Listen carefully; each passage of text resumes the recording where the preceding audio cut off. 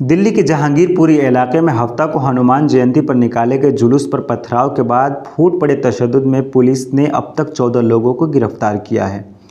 इनमें बहस के बाद तशद्दुद भड़काने वाले अंसार और गोली चलाने वाले असलम समेत तमाम 14 मुल्ज़िमान की शनाख्त कर ली गई है। तमाम मुल्ज़िम जहांगीरपुरी के ही रहने वाले हैं। हिंदुस्तान की खबर के मुताबिक पुलिस वीडियो, सीसीटीवी फुटेज और मुखबिरों की मदद से बाकी मुल्ज़िमान की शनाख्त करने की कोशिश कर रही है। इतवार को इस बारे में मालूमात देते हुए पुलिस हुक्काम ने बताया कि हफ्ता की शाम को दो बिरादरियों के लोगों के दरमियान पथराव हुआ और कुछ गाड़ियों को नजर आतिश भी किया गया।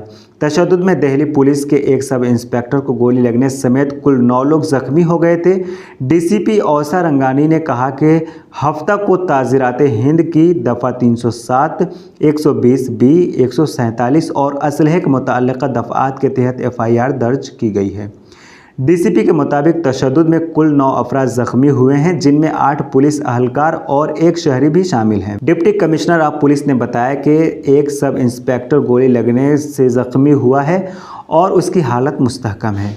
जहांगीरपुरी तशद्दुद केस में गिरफ्तार 14 मुल्ज़िमान की फहरिस्त कुछ इस तरीके से है। नंबर 1 जाहिद वल्द अल्फाजुद्दीन, जिनकी उम्र 22 साल बताई जा रही है।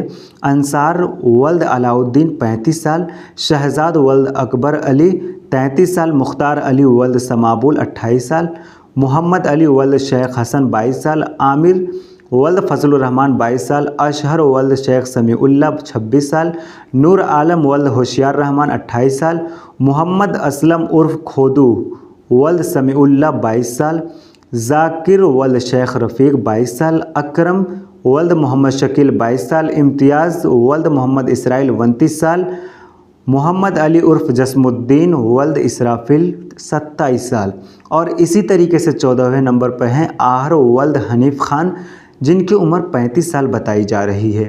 जहांगीरपुरी इलाके में इस वक्त हालात मामूल पर हैं। एतवार की सुबह से ही पुलिस की बड़ी तादाद मौका पर मौजूद है और सूरत हाल पर नज़र रखने के लिए रैपिड एक्शन फोर्स की भी तैनात किया गया है।